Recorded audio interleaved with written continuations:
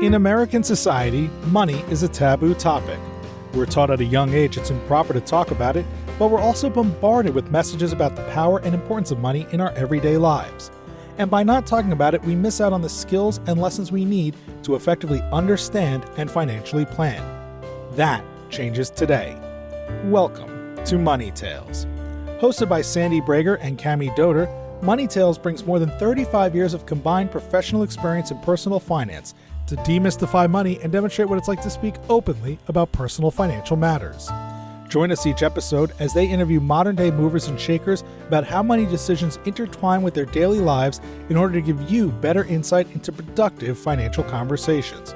Subscribe today and register for our blog Fathom at aspiriant.com/podcasts to increase your money mojo. And now, here's Cami and Sandy. Nancy Colier is our guest this week on Money Tales.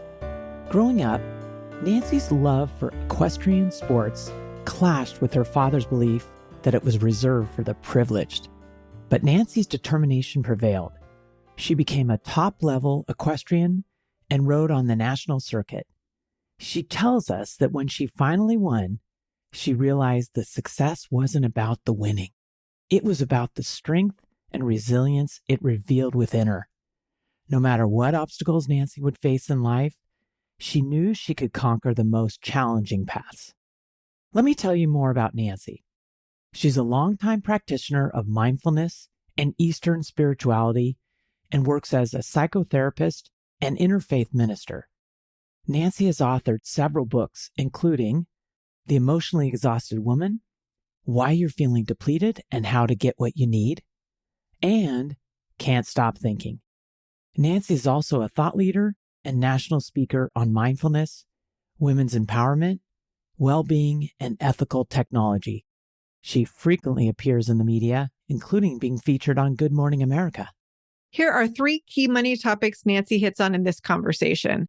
First, how being raised to be careful with money has prevented her from feeling comfortable using money in playful ways. Nancy is now working on loosening those shackles. Second, Nancy recommends that if you have money fears, invite the fears to the conversation table so that you can explore what you're afraid of. As she says, the truth is our safe ground. And third, what it was like as a breadwinner mom and come to terms with needing to tell her partner that she needed him to financially contribute to the family in order for her to feel safe. We hope you share this episode with a friend, and please subscribe to Money Tales on your favorite podcast platform. Now on to our conversation with Nancy Colier. Welcome to the Money Tales podcast. I'm Cami Doder. And I'm Sandy Brager. And Cami, I am so excited.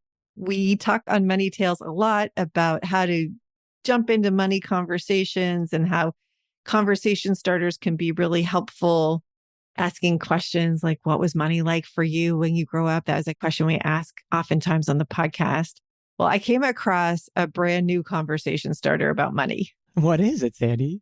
I was doing some online shopping and I was on the Betsy Johnson website, and I haven't been on that brand's website in decades. Oh, you're bringing back memories. When I was looking at her brand last, she probably didn't even have a website, but I came across it and I love all of her edgy fashion and jewelry, and something just caught my eye. She has jewelry, earrings, and a matching necklace that say prenup on them. It says prenup? Prenup in bedazzled jewels with kind of a Tiffany blue background to it. I wanted to know more. Like, why did they choose that particular word for these items of jewelry? But I just thought, gosh, if we wore prenup jewelry, that has to get people asking questions about money. That's amazing. We actually might need to invite Betsy Johnson onto Money Tales to get at what is the reasoning behind this. This is so interesting. I've already got in my mind, Sandy, maybe we've got a t-shirt line with some good money questions, Money Tales questions. Oh, good idea. Ask me about money.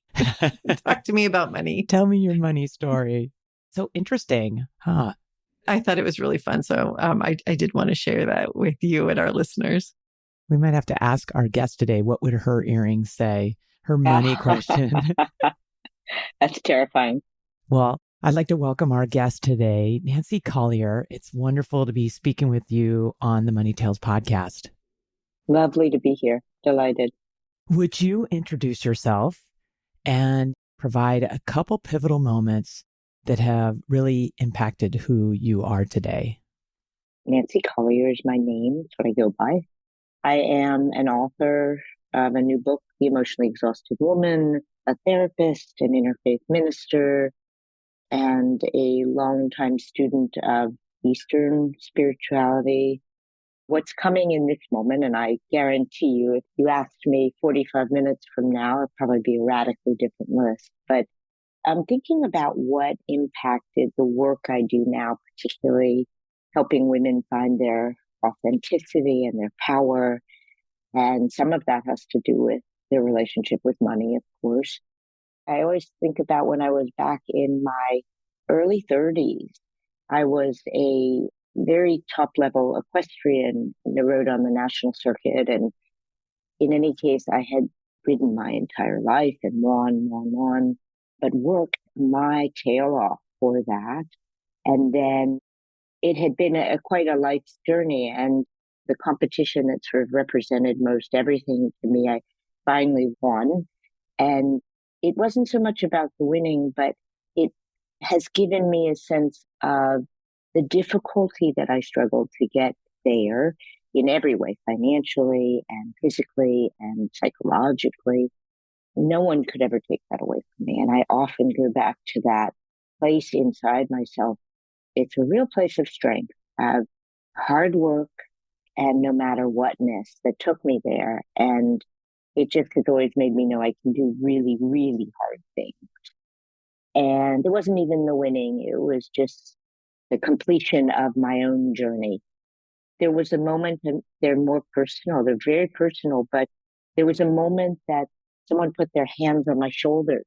I was about 50, so not that long ago. And in that moment, I recognized how little of my life I was living actually receiving what I wanted to receive. I was everybody's everything. I had built this amazing life and played all these roles, but that was the first moment in many, many years. I don't even know how long, where I was actually where I wanted to be for me. That was just such a pivotal, it was like a God shot, if you know what that means. And then there was another moment not so long ago where I realized I wasn't interested anymore in what all everyone else needed me to be. And it was such a shift. It brought me to laughter, really, because it was wonderful you share that. And I'm not really interested anymore in who you need me to be. These are profound knowings at the time that they happen. And those three stand out right in this moment. Absolutely. My goodness. I want to go back to all you accomplished being an equestrian, because the minute you said that, my brain went to how expensive that endeavor is. So I was thinking money, but you talked about so much more of the priceless aspects of what you've learned. Would you share a little bit more about how you thought of this activity from a financial standpoint, and when you started, were you talking about this investment and what it meant for your family and you? It's a great topic. It was a very complicated issue in my family, very, because I came from a very intellectual family, intellectual and artistic. My dad's dream daughter would have been somebody writing poetry in a black beret in the basement. And it was all about following your dreams. But if your dreams were maybe not something that was understood, it came with all sorts of interpretations. So I come from also a psychiatrist and a psychologist, which is complicated. Oh, sounds yeah, like it, Nancy. yes. And they were Buddhists and they were practicing Buddhists and they were very active teachers in it.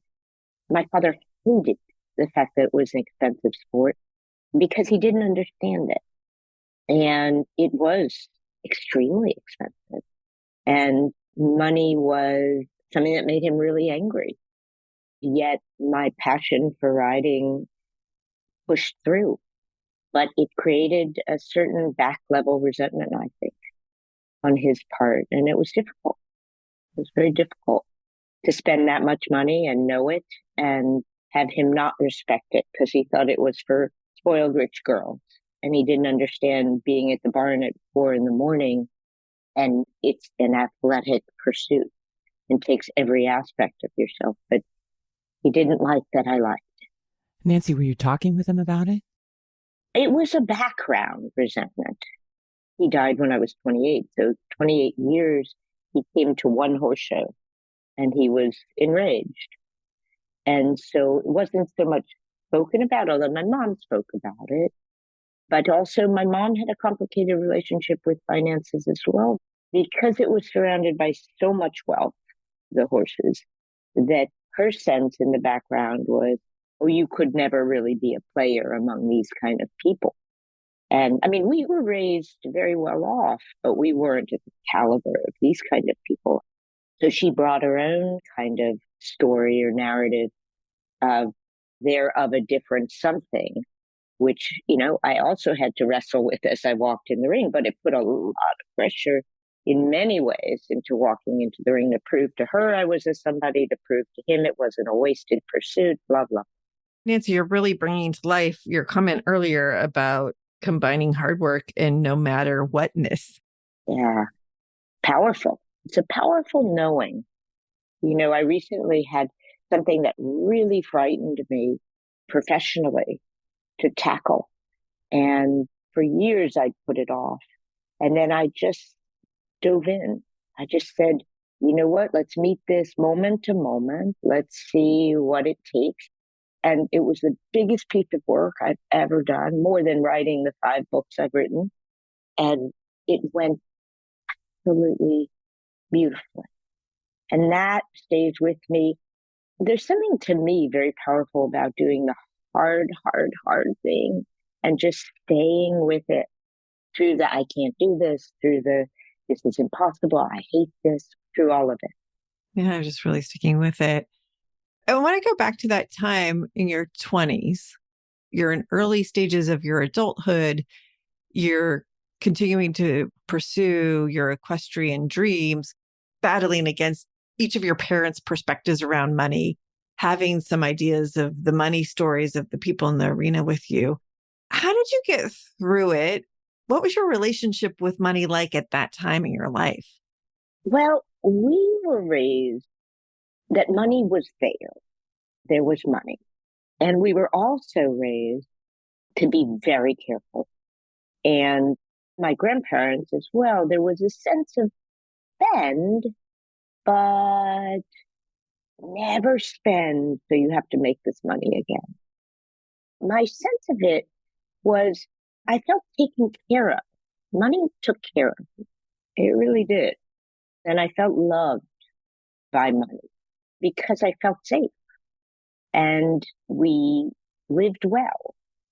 Not fancy, but we lived well. Yet there was this background messaging, which as a grown up, I now understand was really, really powerful, which was be really careful. Be really careful. With money. Yeah. And it's not a plaything. Other than the horses, I don't think I've ever had a relationship with money that is playful.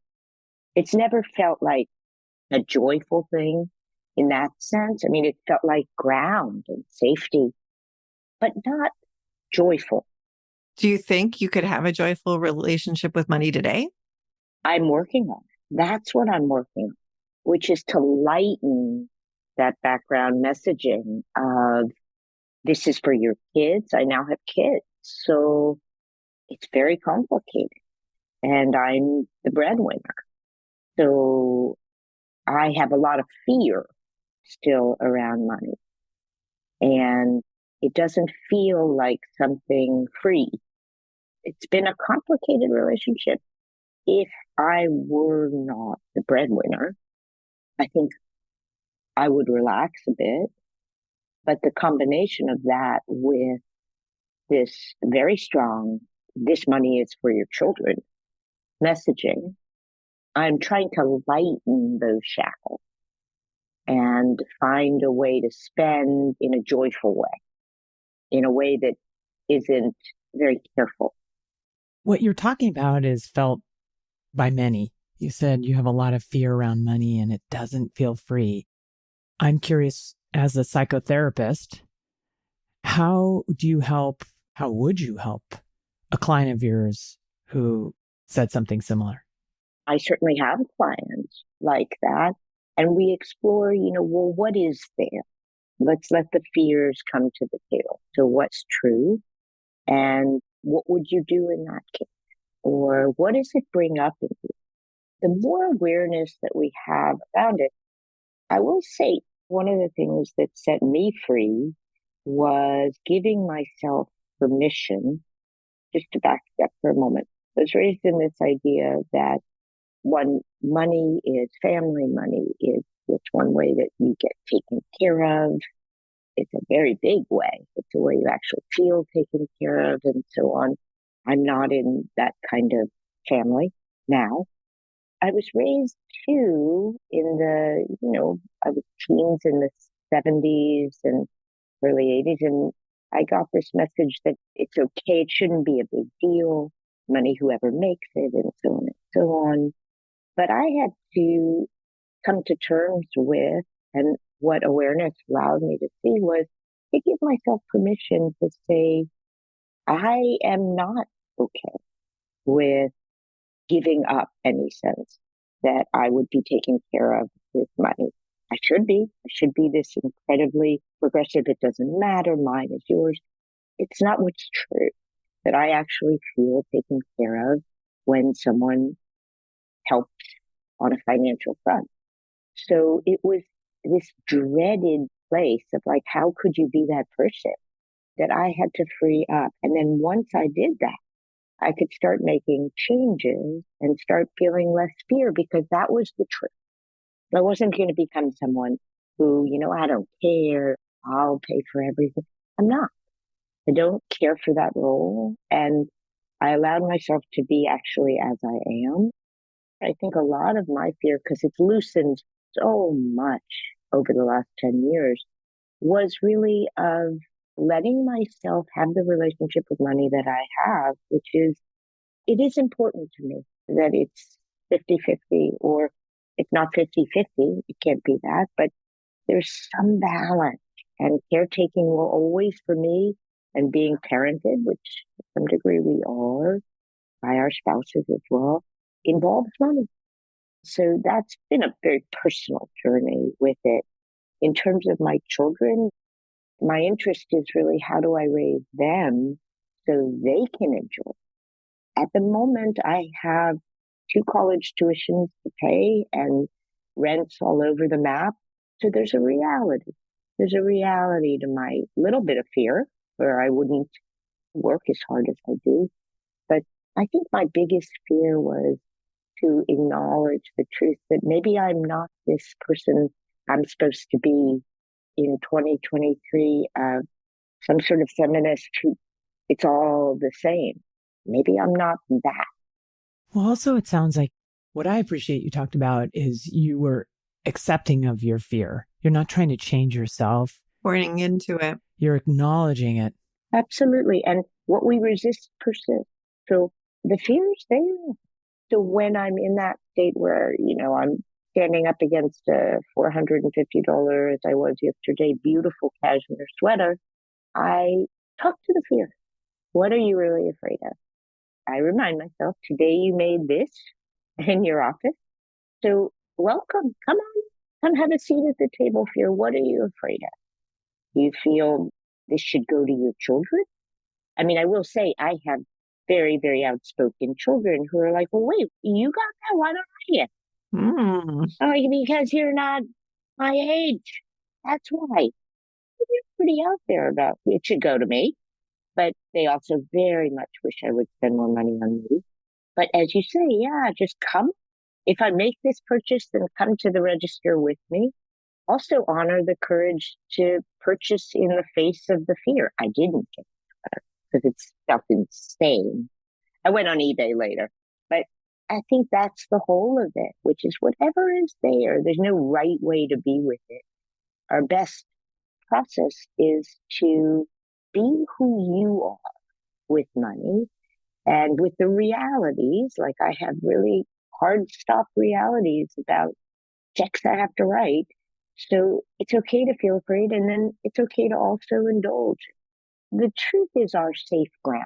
It's not one answer or the other. Nancy, I really appreciate you sharing your interior monologue and some of the techniques that you use. I think that's going to be very beneficial for all of us. I'm curious, since you didn't buy the sweater yesterday, how did that make you feel as you walked away and it didn't come with you to the cash register? Well, here's what's kind of funny. And speaking of the truth, which is as a longtime athlete and someone who loves hard things, there's a certain delight in saying no. Or guess what? I get to go find the same thing on eBay. And I will. Something really, really close. My kids will roll their eyes. Oh my God, you could do it. There's part of my personality that enjoys that moment of, let's see what it feels like if you walk out and say no. So I get delight in that. That's the long time runner in me. There's been built this enjoyment of the hard. And the truth is, here's the real truth. I don't think about that usually for more than 7 seconds, not even, because I don't really care. That's the truth. Where I struggle with it more is, for example, if it's a vacation and I know I'm cutting corners or I'm telling my kids they can't have that, it's more there because I would like it to feel freer there. And I'm not a stuffed person.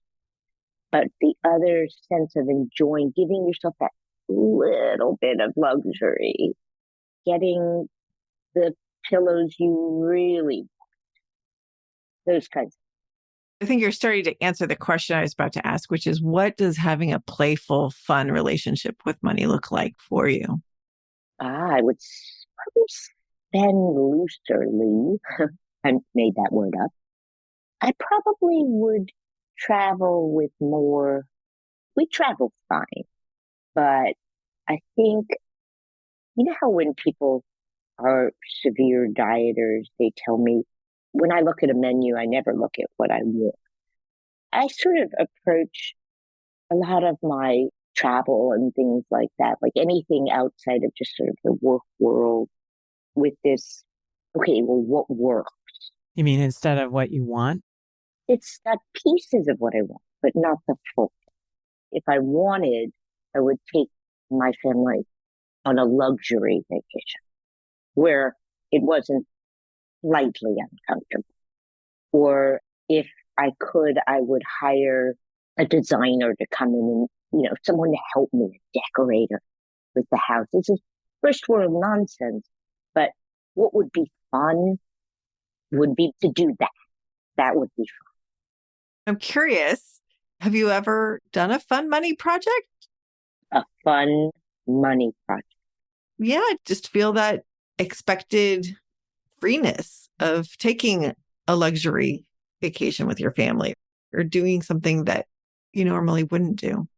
I think you're calling me out here, Sandy. Only in a loving way, though, Nancy. That's I'm right. truly curious.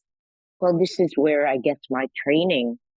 Where I do that, I suppose, is I give my kids the summer trips they want. I send them to the camps they want. I let them take travel trips that they want. So yeah, I give it.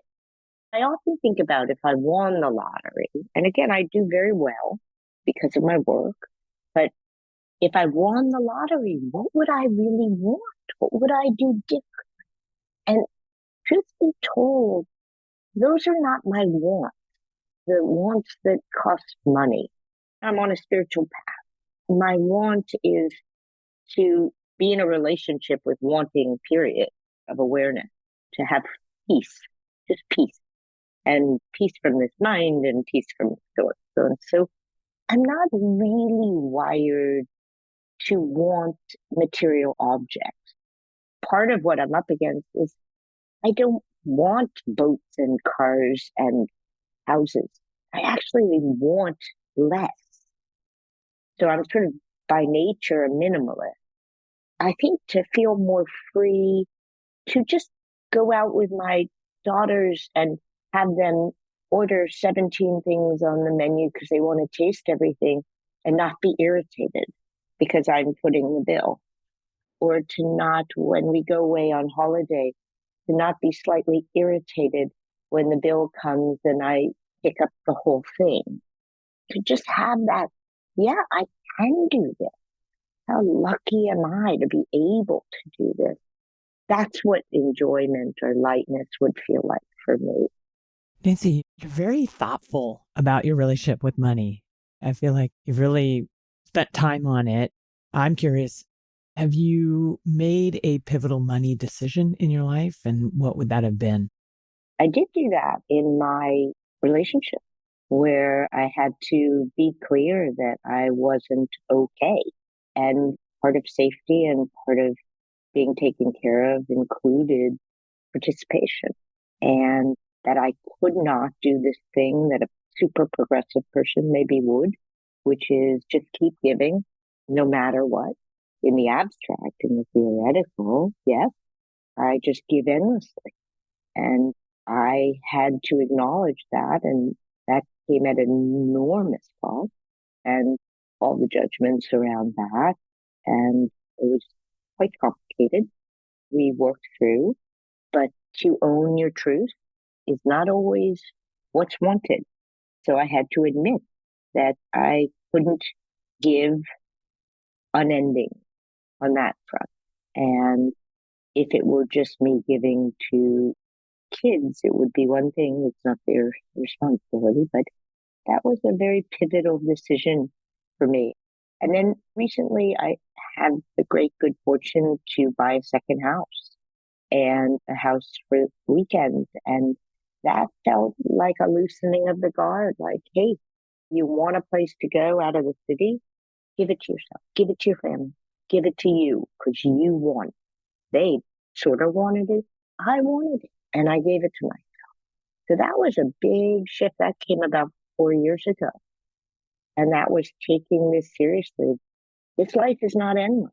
That started to become kind of a real thing for me. And the old saying, if not now, when? When are you going to ever be in this? You're going to give it away to your kids. Get that. It was given to you in careful ways, and you've been incredibly lucky. But when do you get to actually enjoy this? It's like, it's now. So I gave myself the second house, and that was a big deal. Sounds like it. And how do you feel about that today? Delighted. It's been a great decision, absolutely, and well enjoyed and well used, and a nice motivator too for, well, you could do that. So maybe that opened the gate a little bit of what do you want? Maybe there are wants hiding that have been so muffled through all of this.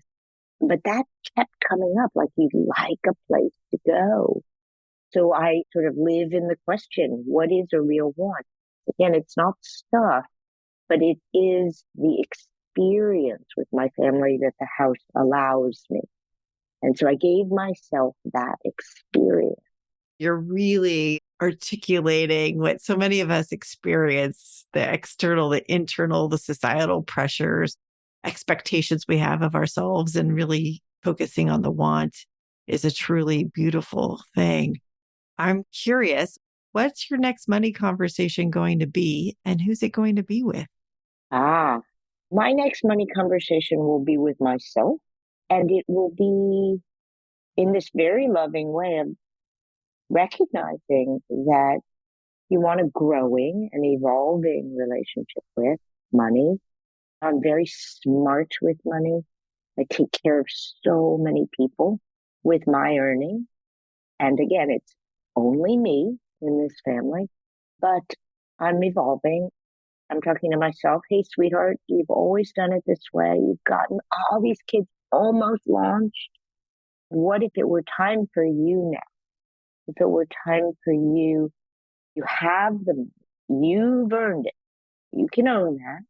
How, sweetheart, would you like to spend this money you've earned to experience this time you have left different?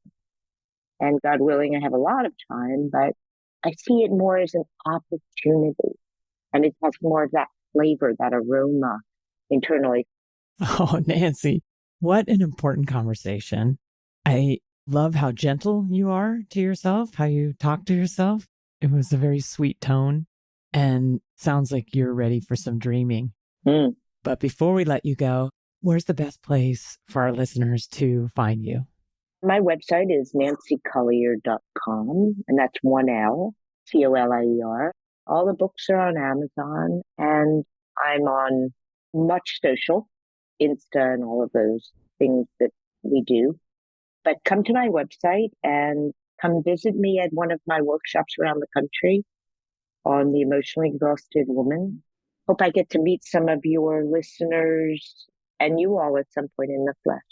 Oh, we hope so as well. And it was wonderful to speak with you on Money Tales. My pleasure. Thanks for listening to the Money Tales podcast.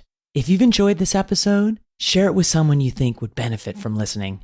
And leave us a review on your favorite podcasting platform. Your ratings and reviews help more people find our podcast. If you're inspired to gain clarity and peace of mind about financial matters, don't hesitate to reach out to our team at Aspiriant. Go to aspiriant.com/start a dialogue. Or you can email Sandy and me at podcasts@aspiriant.com. See you next time.